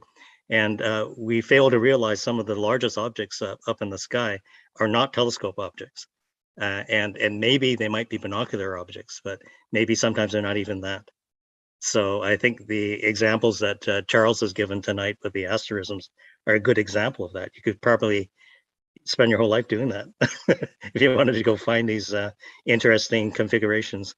Well, being humans, we're kind of pattern recognition machines, so we're probably going to make up things that we see. So that's really cool. So yeah, I mean, there's lots of things like that. The moon is obviously a very popular object that we're going to kind of hone in on. Things that are associated with things being close to it are probably interesting things as well.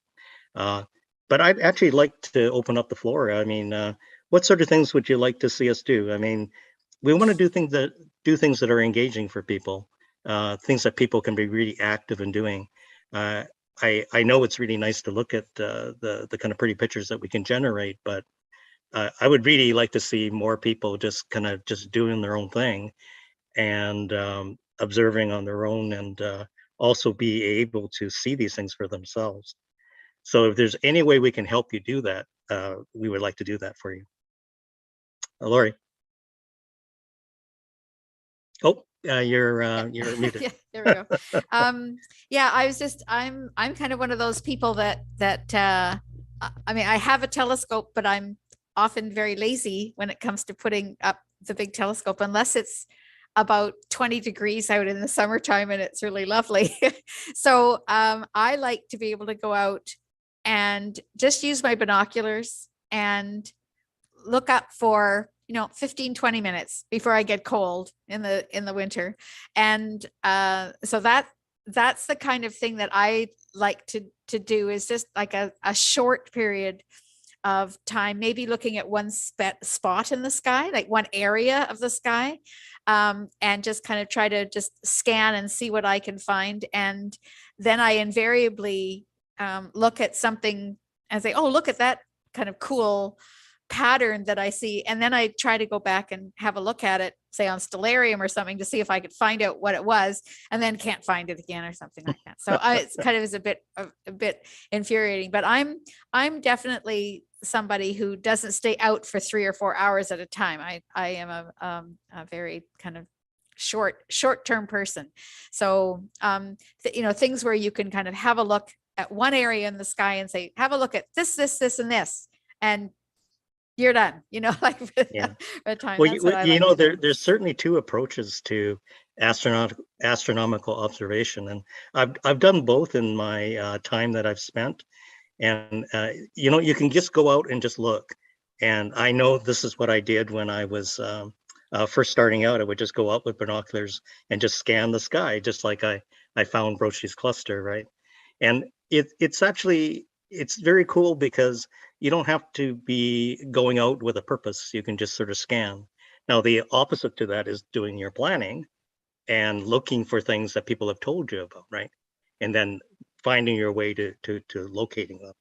But I think both are valid. I mean, I think anytime I've sort of learned a skill, I don't play the keyboards very well, but when I was learning, obviously I did the normal kind of scales that one learns, but I also just kind of plunked around on the keyboard because I just wanted to experience what something did. So you can do the same thing with astronomy as well. You know, just go and just look, because in the beginning there weren't these structures. I mean, people just looked, right? And gradually these stories came about, and gradually these visuals came about. So it doesn't really matter. You can start on either side. Bill, you had your hand up. Well, yeah, to Lori's question about going out and being cold. Last night when I started looking at these things, I'm using a very simple star map that shows a very large field of the sky.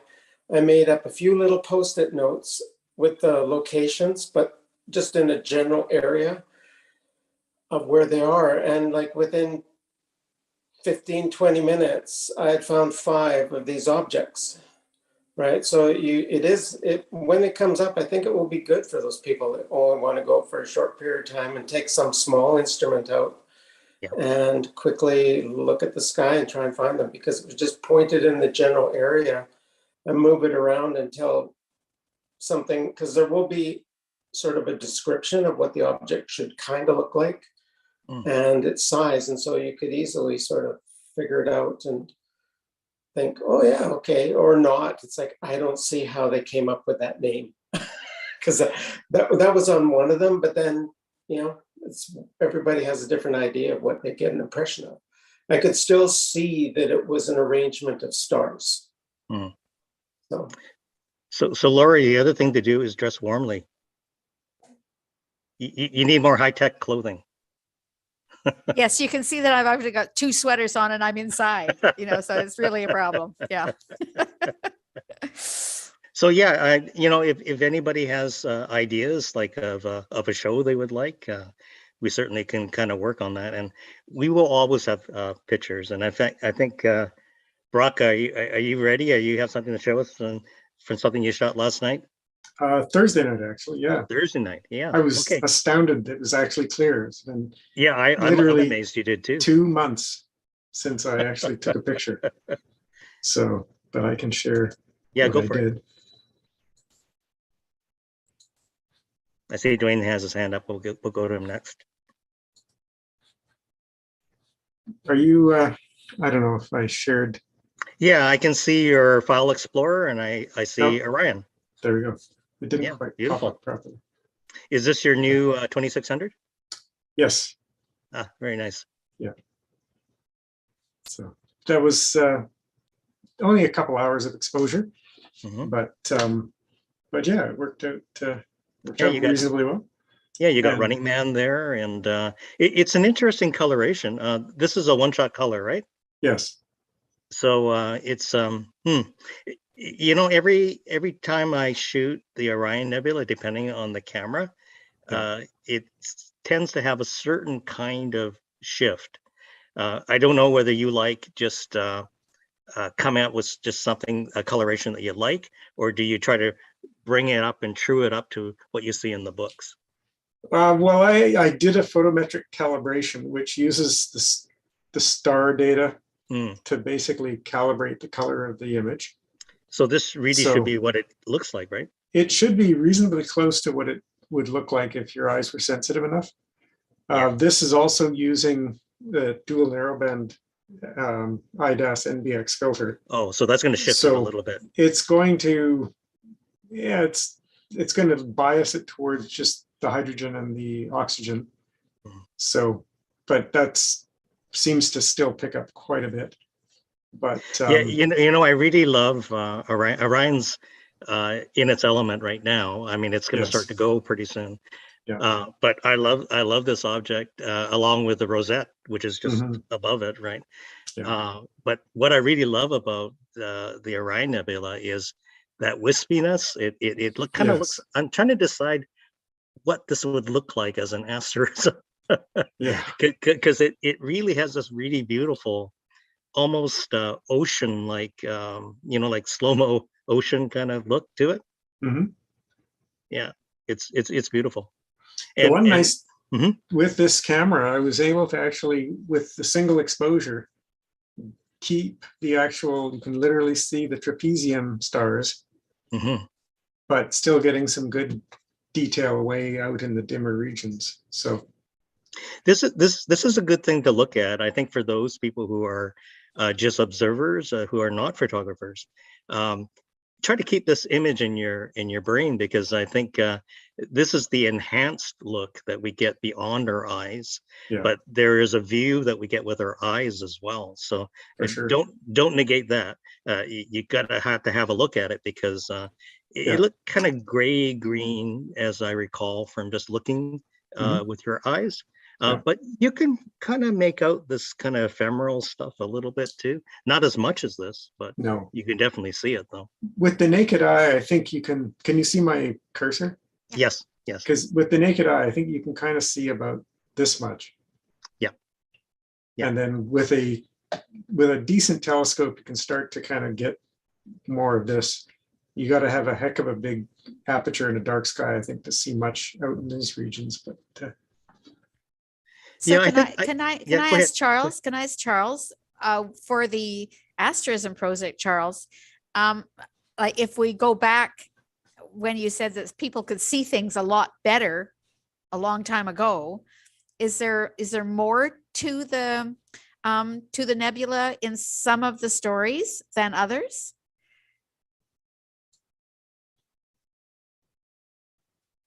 Is Charles still here? Or? I thought he was. Yeah. I'm not sure. Okay. Oh, maybe he's gone. Okay. I just wondered, whether or not, as you said, we can see only, just kind of the little blips when we're just looking at it. But I'd wondered whether or not it was. Yeah, I think Charles left the room. Oh, okay. Was one of the asterisms that. It might be interesting to ask him offline and just maybe find out what he thinks of that. Before getting to Dwayne, I did want to just quickly mention that in that image, I really like the grayer, like reddish gray, in contrast to the deeper red. Yeah. I'm curious, Brock, do you know what that is? Why there's a deep red and then also just like a gray dusty part? I think it is literally dust. Like, yeah, I think that's considered the reflection. That's the reflection part of the So right. Okay, it's reflective. There's an element of, and the red is the hydrogen. It's the hydrogen is the red, and the grayish part is a reflection nebula of the main bright trapezium stars and some of the other stars in the core of that real sort of nursery region. Yeah, that's beautiful. So yeah, wonderful. Yeah. It's amazing the variety in the way different people process it. And sometimes it's done, with a different palette. And I try to make it look like most people's images. well, I try to just keep it as close, if I can get some calibration data that tells me that the stars are the right colors that people with spectrographs have said they are, and then try to just use. It's just like all the sliders have been pushed to 10. Yeah, and it kind of gets. I have to admit, Brock, over the years, I try to produce things that are a little bit more subtle. Yeah, go ahead. That's kind of where my taste is. So. Yeah, that's excellent. Thanks, Brock. Dwayne, you have a question? Yeah, and I apologize. I had to step away briefly, so if this was asked, you could tell me. But before I get to the question, I just want to say how beautiful that shot was. And if there's asterisms, I've noticed that all the asterisms we heard about tonight were from some sort of human cultural viewpoint. A bull in a matador ring. That's good. That's good. And we all see different things. And like I said, Dwayne, we're all pattern recognition machines, right? Yeah. The question I had, and it's sort of related to both of your journeys going from into astrophotography. I think for a lot of youth with the way technology is today, that's a very inspiring sort of thing. for me, I just love the fact that I knew and I've got a telescope, and I'm being guided by wonderful folks like you on how to look at things properly and take the time and sketch. So I think what would be a useful thing from my perspective, I don't know, maybe for others, is you guys could kind of do a trilogy sort of thing where you say, you know, here's kind of what you see with the naked eye. I don't know if it's an iPhone shot or something, and here's how Bill sketches it. And then I get what you're saying. Yeah, so I think that would be wonderful. You got to that desire to actually do photography of astronomy when you used to be like a hobby photographer kind of thing. Mm-hmm. You know, I think all the levels are quite valid. I think people forget, you know, wherever you jump into a technology, you're kind of jaded, right? But I've been a photographer most of my life, and that's a long time. And I keep remembering what photographs looked like when I started when I was 13. And I remember all the war correspondence photos from the world wars. And I think about them and I look at them, and are they technically perfect by today's standards? Absolutely not. Were they amazing pictures? They were. And I think they continue to be. So I think we should never forget that technical perfection isn't necessarily the end point. If we're looking for information, yeah, we want as much detail, as much technical perfection as we can get. But the lesser is not lesser in a lot of ways, because the most important part for me is to feel that inspiration from seeing something, like even just seeing something in a telescope for what it is, regardless of whether it's a 2-inch telescope, 3-inch telescope, or a 20-inch telescope. They're all different. So you're going to experience them in different ways, but the one isn't inferior to the other, I wouldn't say. I think, I don't know if Bill's still, Bill's probably already gone out now, but I know, Bill. Yeah, Bill's been doing an experiment with kind of a pseudo-Galilean scope, and you've been experiencing that, haven't you, Bill? Like the differences between different kinds of scopes. Yes. To the extreme. Yeah, the small one is just 1 inch in diameter. Yeah. And towards what Brock said about the size that people see with the human eye. So I pointed that little 1-inch telescope that gives me maybe, I don't even know what the magnification is because I don't know what the eyepiece is in it, but it probably is like 15 to 20 times. All it shows is those 3 stars, not even the trapezium of the Orion Nebula, but there's like a line of 3 stars in a little hook where the end one is actually a quadruple star. And that really stretches across the whole field of view. And I can just see this tiny little bit of nebula, which is, equivalent to really what the little glow in the sky is that you see. Yeah. There are people that argue that really all you're seeing when you look at the Orion Nebula with your eyeballs is really just the combined glow of those stars, really just sort of confusing your eye into thinking that you're seeing a bigger glow. But it sort of fits the field of view. But you can imagine how Galileo must have felt when he saw those things, because nobody else had seen them, right?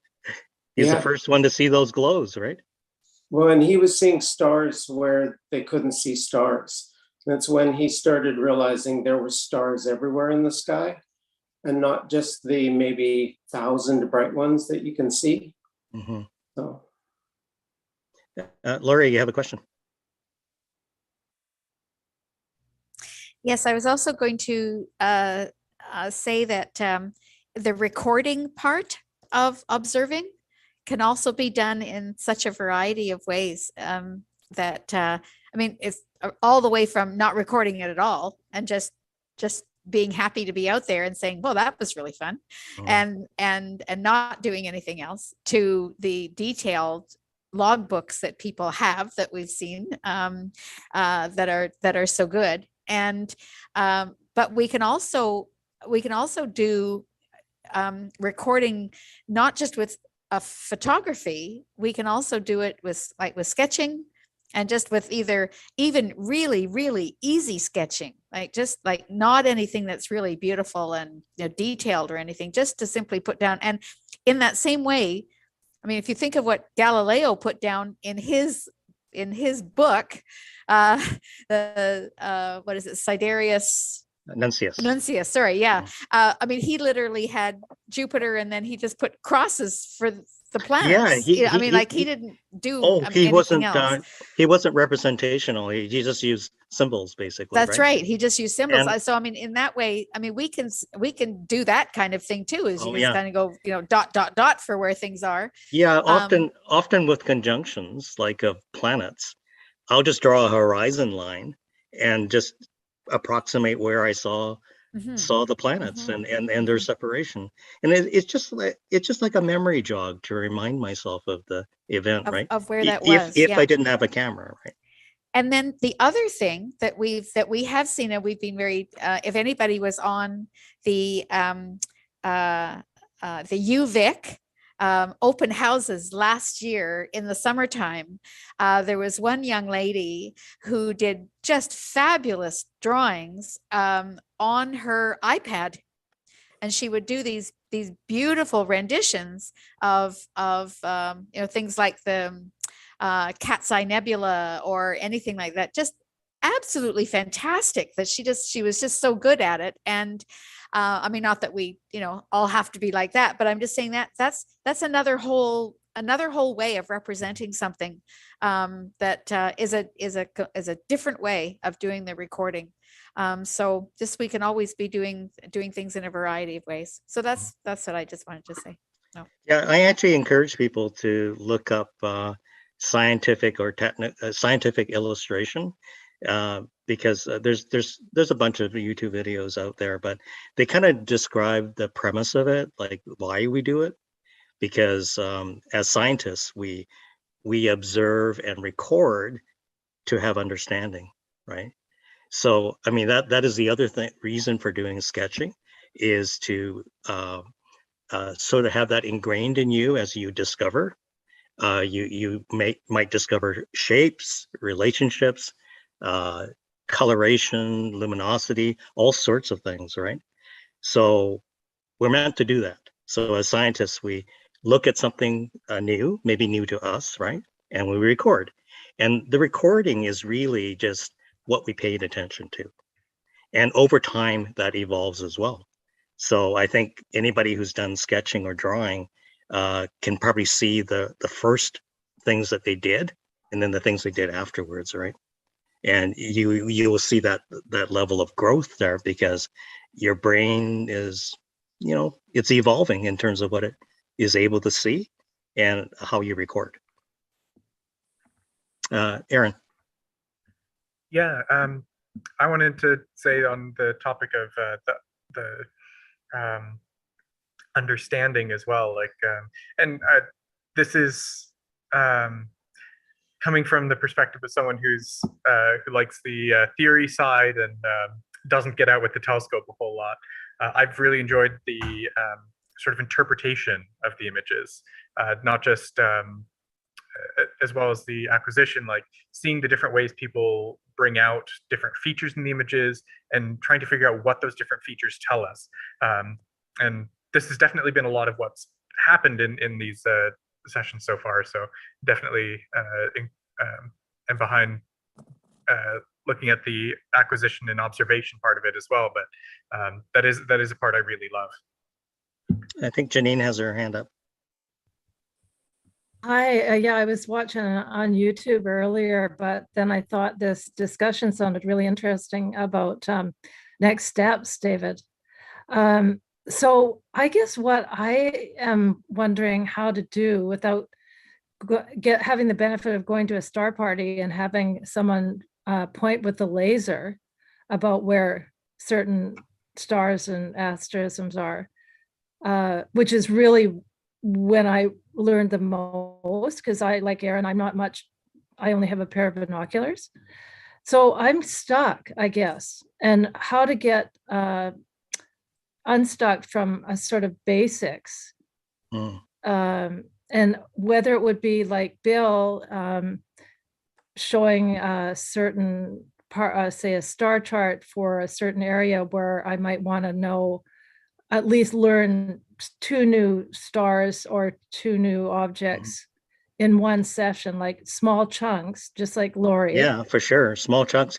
And I think, Jenny, and I think I mentioned already this concept of field of view. It's very difficult for beginners. I'm not saying you're a beginner, but I mean, Oh, I am.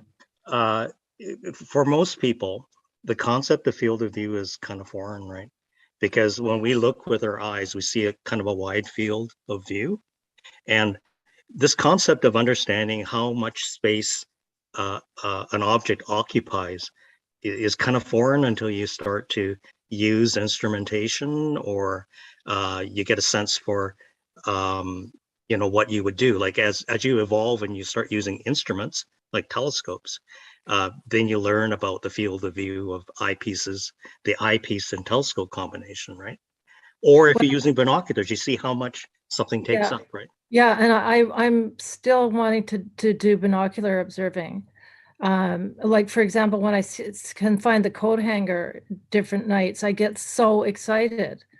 And then I've tried to find the double stars in Lyra, and I just couldn't figure out where those darn things were.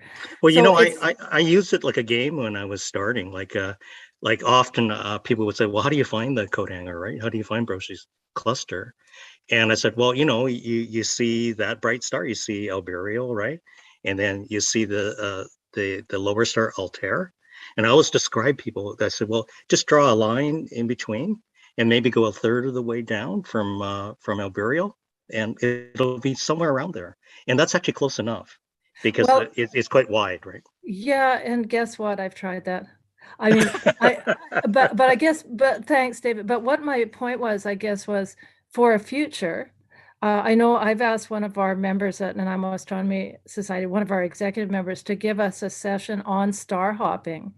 Yes, I would definitely recommend that. Yeah. Yeah. So if that might be something you might consider, if you're soliciting ideas. Yeah, I'm more than happy to do that. It's quite a. In fact, in the NOVA section, I did chunks of the star hopping section of the NOVA program that is just being produced right now. Oh, where would I find that? It's part of the NOVA program from National, and star hopping's one of the little chunks, one of the little pieces of. Oh, yeah, but that won't be available to general RASC members. Oh yeah, it will be. It will be over time. We're test driving them. Yeah. Anyway, if it's I guess it's a friendly suggestion. So what you're suggesting is maybe tools and techniques kind of thing. For maybe even for people that are stuck. I know there's beginners and there's people that are advanced, but maybe people that are wanting to get further, but why is it that they're stuck? And well, you certainly could send those requests into Calvin or Amy, sure. Yeah. And they can contact me, and I'll just look through the list, and if it looks like it's a common interest thing, I'll just develop something for you.